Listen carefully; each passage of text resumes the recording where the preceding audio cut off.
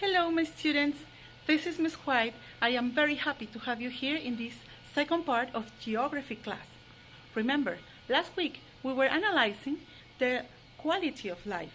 Today's class, we are going to analyze the relation between environmental degradation and quality of life.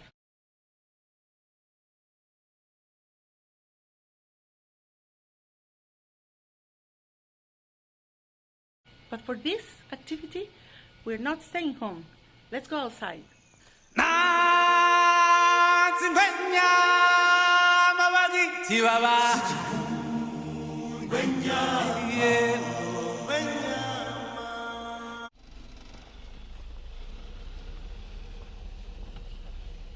We must understand, students, that Mother Nature gives us everything we need to survive and provides every supply we need for our development. What humans does impacts very, very high in the nature. So it is a relationship between nature providing people and people taking care of nature. It is not hard to see what is the impact human has been doing lately. Human must learn how to take care of the environment with little issues. For example, if we stop our car for some little thing, we should not have the engine run off. We should turn it off because we take care of the resource. So another action you can take is when you go outside, you can take a bag so you can pick up everything you find. Maybe it's not yours, I'm sure, but you are contributing. It is amazing how life grows without men being really involved with it. But it's not hard to see how humans leave their impact in nature, and it's not always an impact that helps.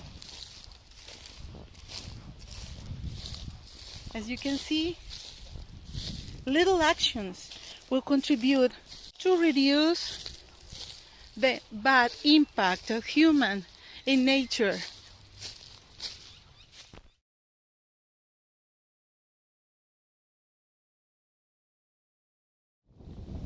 It is not hard, students, to realize that these actions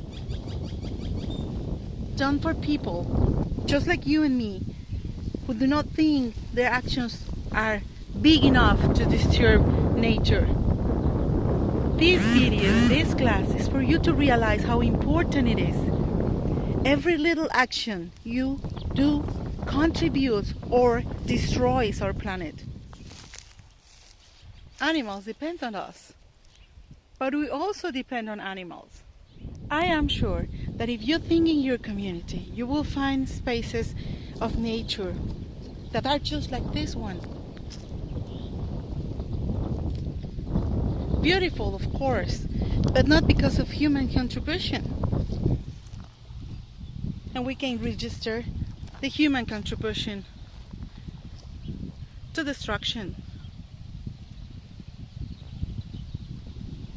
All of this mistreatment of nature provokes effects like greenhouse effect, and this contributes to global warming, provoking deforestation.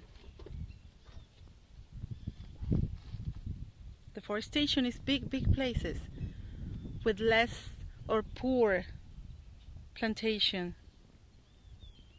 Luckily, many people are realizing more and more how important it is to take care of nature, and this, for example, is a water system, and it contributes to little by little dropping water, not that much, but little by little. That's all what the tree needs. We demonstrate we care about nature by putting our trash in the correct place. If the place we go there is no trash can, you can take a bag and take your trash with you. As I said, students, luckily there's every day people is realizing how important is our nature and how important is our development in this nature. Let's see and revise how people is realizing it. I want to leave you with this reflection, student. What is the world you want to live? This or this? Dear student, I want to show you some of the vocabulary words from the last week. One of them is desiccation. This is an example of desiccation. Desiccation is when water runs, can you see? Water runs and constructs these little parts and runs down. It's like a little canal, but it's a natural canal. And they filtrate water. Maybe this is another better example. You can see we have the relief right there, and in here we have a little hole, you see? And this is the canal running through water. Work on our next activity. You need to understand what is a dam.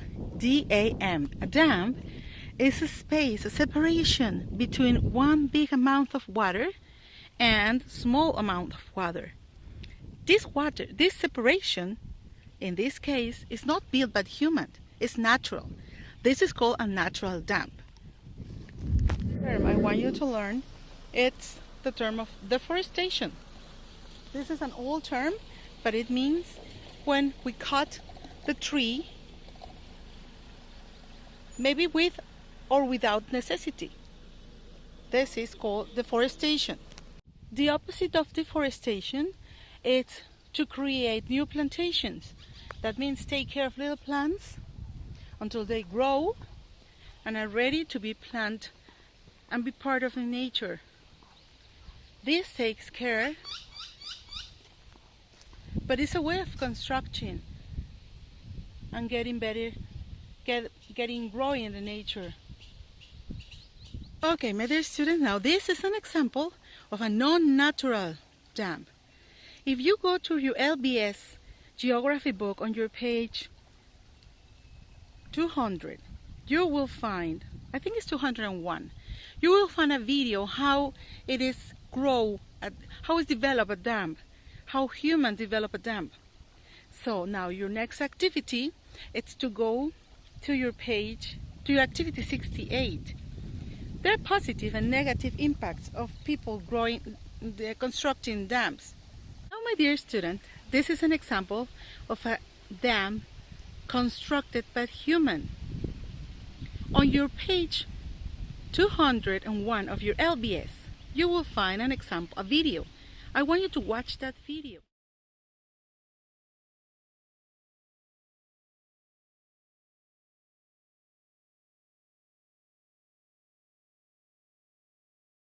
The activity 68, because if you can see, there are positive and negative impact of human building dams.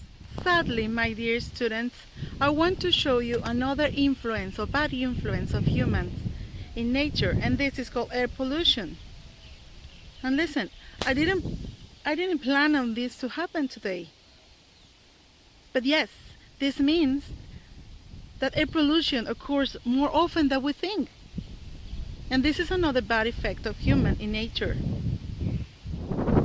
Our last activity for today's class is go through all the terms we have been talking about. I'm going to give you a slide of a PowerPoint presentation so you can find all these terms and write in which exactly minute of this video you saw the terms. The terms are